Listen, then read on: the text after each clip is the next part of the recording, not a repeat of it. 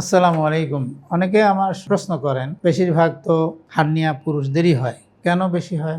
আসলে এটা কিছুটা ভুল ধারণা। হার্নিয়া শুধুমাত্র পুরুষদের হয় তা না, মহিলাদেরও হার্নিয়া হতে পারে। তবে পুরুষদের সাধারণভাবে হার্নিয়ার প্রবণতাটা একটু বেশি থাকে। এটার কারণ হলো জন্মগত কিছু ত্রুটি।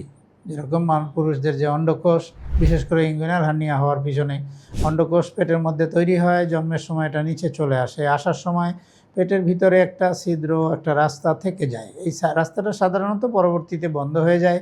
কারো কারো এই রাস্তাটা কিন্তু সারা জীবনই থাকে। এখন এর সঙ্গে যদি অন্যান্য ফ্যাক্টর যোগ হয়, যেগুলো আগে আমার অন্য আরেকটা ভিডিওতে বলেছি, পেটের প্রেশার বেড়ে যাওয়া, কোষ্ঠকাঠিন্য, এই সমস্ত বিষয়গুলোর কারণে কারো কারো হার্নিয়া হয়, কারো কারো হয় না। বেশিরভাগই হার্নিয়া হয় না, কিন্তু কারো হতে পারে।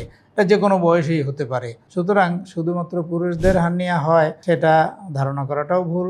আর এটা একটা আলাদা কারণ যেটা পুরুষদের আছে, প্রসেসাস ভ্যাজাইনালিস বলে একটা অংশ, যেটা পেটের সাথে অন্ডকোষের একটা যোগাযোগ, এটা যদি বন্ধ না হয় এটা একটা হার্নিয়ার কারণ। তবে এই প্রসেসাস ভ্যাজাইনালিসের মতো একটা জিনিস এটা মেয়েদেরও থাকে, যেটা আমাদের মেয়েদের এই জন্য ইনগুইনাল হার্নিয়া মাঝে মাঝে আমরা পাই, বিশেষ করে বাচ্চা মেয়েদের।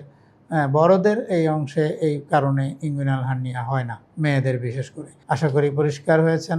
পুরুষদেরই শুধু হার্নিয়া হয় কথাটা যেমন সত্য নয়, আর এই ধরনের হার্নিয়া মহিলাদেরও হতে পারে, এটা মাথায় রাখুন।